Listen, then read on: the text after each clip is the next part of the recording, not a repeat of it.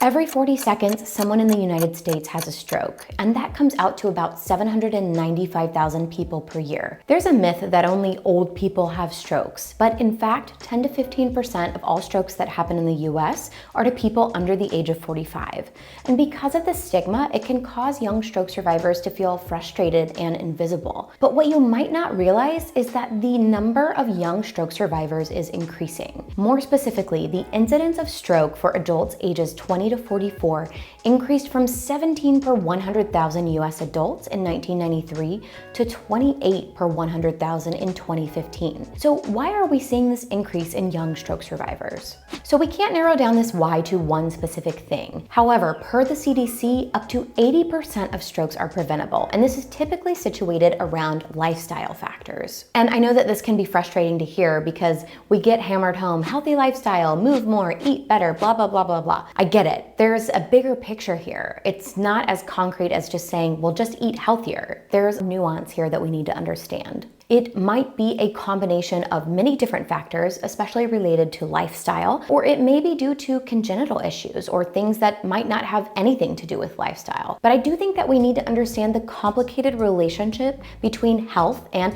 access to healthcare. For example, being able to go to your preventative visits, access to healthy food based on your location and your financial situation, job-related stress related to finding and keeping a job or working multiple jobs just to keep food on the table, trouble with sleep related to depression or anxiety, and I could go on and on. We also have some statistics from the CDC that are important to understand and why stroke survivors might be getting younger. Quote, according to the latest information from the Centers for Disease Control and Prevention, about 23% of people ages 18 to 39 have hypertension, which is high blood pressure, which doubles a person's risk for stroke. It is getting harder and harder to be healthier. You know, we used to say, oh, it's not that much more expensive to eat healthy, which was true at the time, but that was maybe 10 years ago. The US Department of Agriculture reported that US food prices rose by 25% from 2019 to 2023, and the average annual food at home or grocery prices were 5% higher in 2023 than in 2022. We also have increased access to fast food, which is sometimes cheaper than what we buy at the grocery store.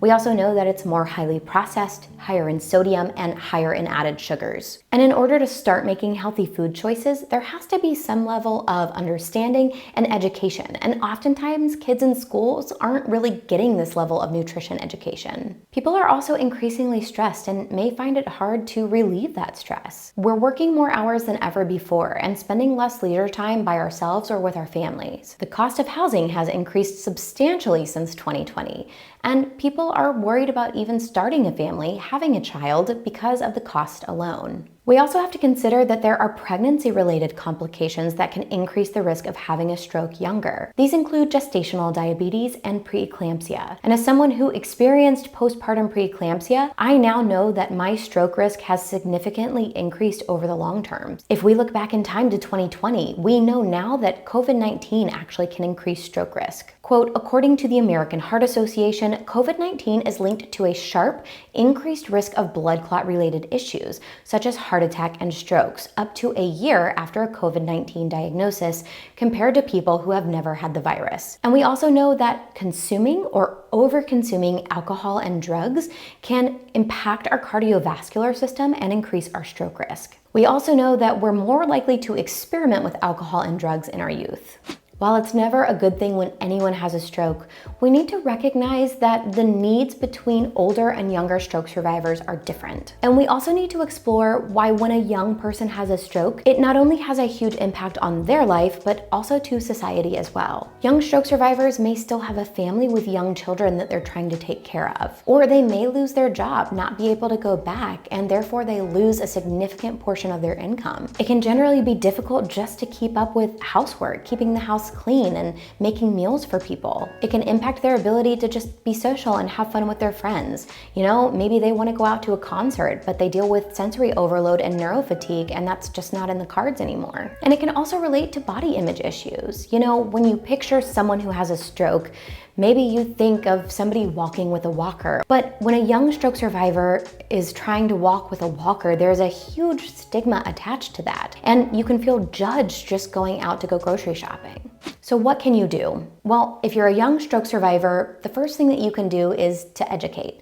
And I know that this is incredibly frustrating when you just want people to understand what you're going through and know that it's not like recovering from a broken bone, but you may have someone reach out who says, oh, you had your stroke 3 months ago, why aren't you better yet? And it's down to you to educate them and let them know that, hey, stroke recovery doesn't look like that. And hopefully this means that you'll have a more understanding and empathetic family and friends. And the second thing that you can do is to take care of your health the best that you can. Even if you had a stroke that wasn't related to a specific lifestyle factor, this is basically insurance. When you take care of your body, of your brain, by eating better, moving more, trying to get good sleep, and taking care of your mental health, you're insuring your health over the long term. And lastly, just make sure that you stay in contact with your doctor or other healthcare professionals to make sure that you're getting guided on what you need to do for your specific situation.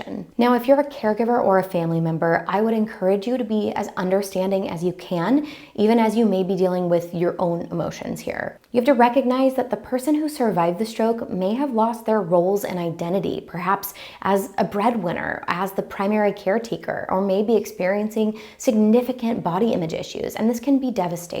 And if you're a healthcare provider watching this, please make sure that you try and understand the different needs that young stroke survivors may have versus the older patients you see. Because stroke has a stigma of only happening to older people, a young stroke survivor may be more resistant to using a walker. So see if you can work with them on ways to still keep them safe, but make them feel less stigmatized. And even if a stroke was caused by lifestyle factors, try to be understanding and empathetic of their situation. Instead of just pushing blame, talk about what they can do now to take back control of their life. And modify your recommendations based on their specific situation. What do their financials look like? Where are they located? What do they have access to?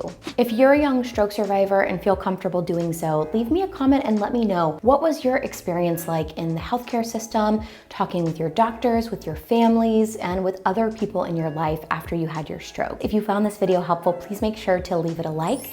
And if you haven't already or you're new here, subscribe to the channel and click the bell to get notifications for when I post new videos.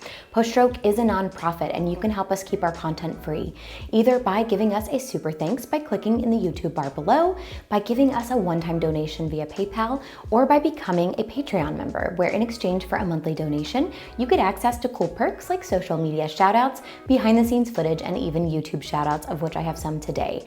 A huge thank you to all of our patrons and a special thank you to Heather G, Ryan D, and Modus Nova in our Empowerer tier. We cannot do what we do without you all. Thank you all so much for watching. I'll see you next time.